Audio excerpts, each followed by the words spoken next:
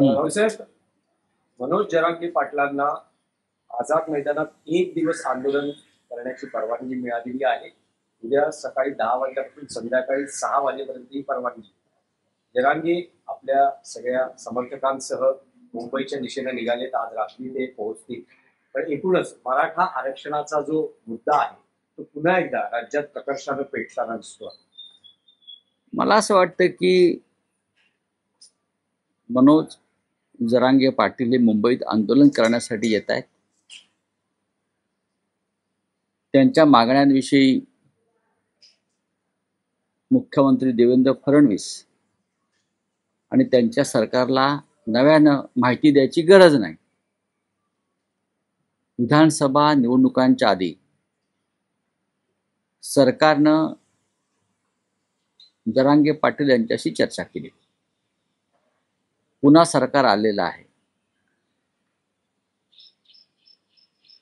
आणि देवेंद्र फडणवीस यांनी हा सगळा विषय संयमाने, सहानुभूतीनं आणि शब्दाला जागून पूर्ण करावा, एवढीच आमची अपेक्षा आहे.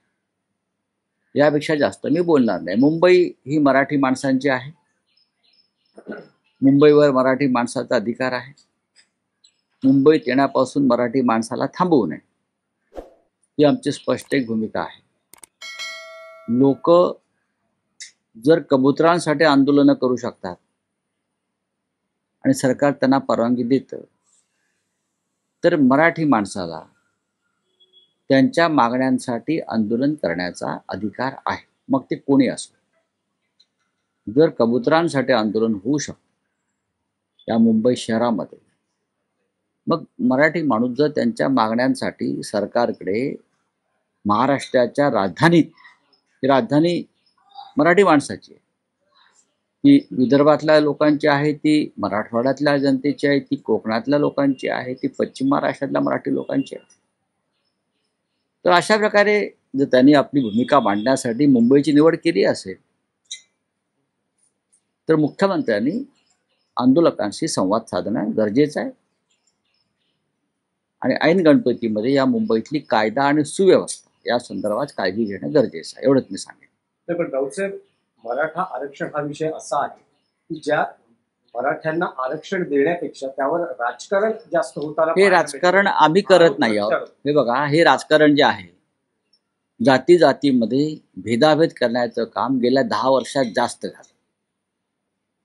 मग तिकडे नरेंद्र मोदी केंद्रामध्ये असतील आणि महाराष्ट्रामध्ये देवेंद्र फडणवीस असतील. जाती जातीचे तुकडे पाडायचे. हिंदुहृदय सम्राट शिवसेना प्रमुख बाळासाहेब ठाकरे यांनी जी मराठी माणसाची भक्कम एकजूट या मुंबईमध्ये किंवा महाराष्ट्रात उभारली, मराठा, मराठेतर, ब्राह्मण, ब्राह्मणेतर, घाटी, कोकणी, स्पृश्य, अस्पृश्य, 92 कोळी, 96 कोळी, हा जो काय त्यांनी एक मंत्र दिला, त्या मंत्राच्या ठिकऱ्या उडवायचं काम गेल्या 10 वर्षात प्रामुख्यानं झालं. मराठी माणसाची भक्कम एकजूट टिकू नये, राहू नये, यासाठी देवेंद्र फडणवीस यांनी राजकारण केलं, सत्ता मिळवण्यासाठी. आज जाती जातीमध्ये आणि पोट जातीमध्ये आगी लागलेल्या आहेत. हे कधी महाराष्ट्राचं चित्र नव्हतं.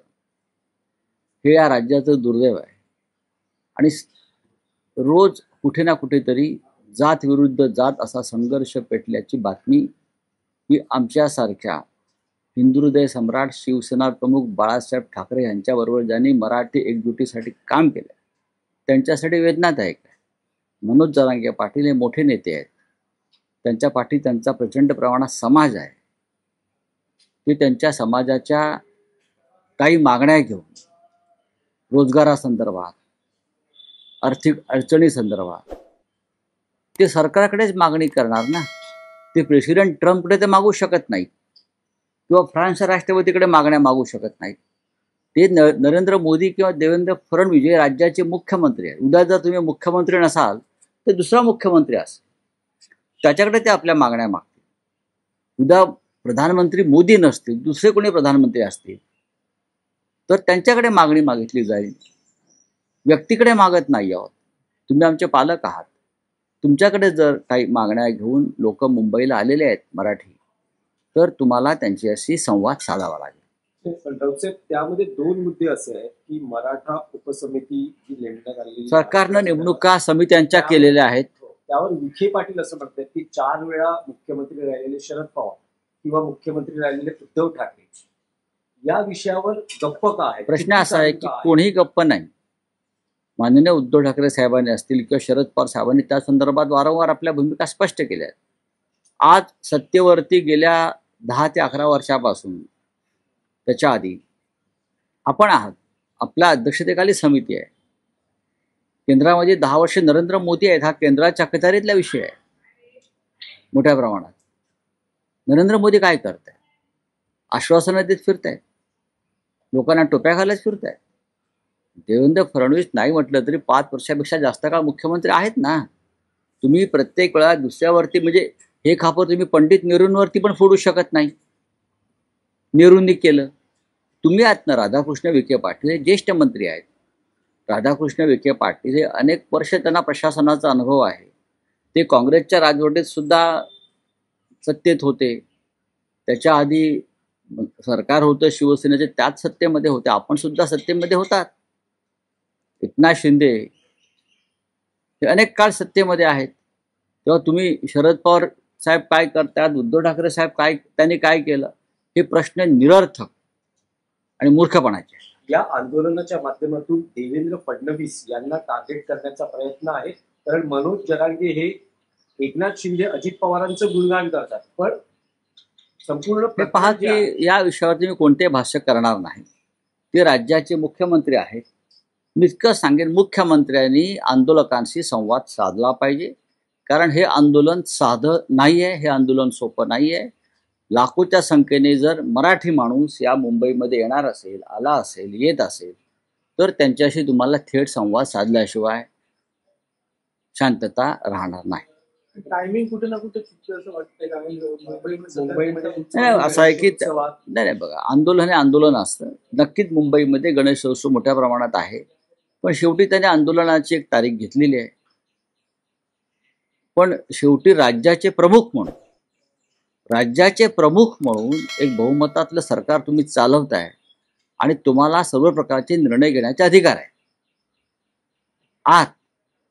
त्याच्यामुळे तुम्ही आणि तुमचे 2 उपमुख्यमंत्री ज्यांनी जरांगे पाटलांची भेट घेऊन त्या संदर्भात थेट चर्चा केल्याशिवाय या प्रश्नाला गती मिळेल किंवा जे वातावरण भविष्यामध्ये बिघडणार आहे ते थांबेल असं माझं मत आहे.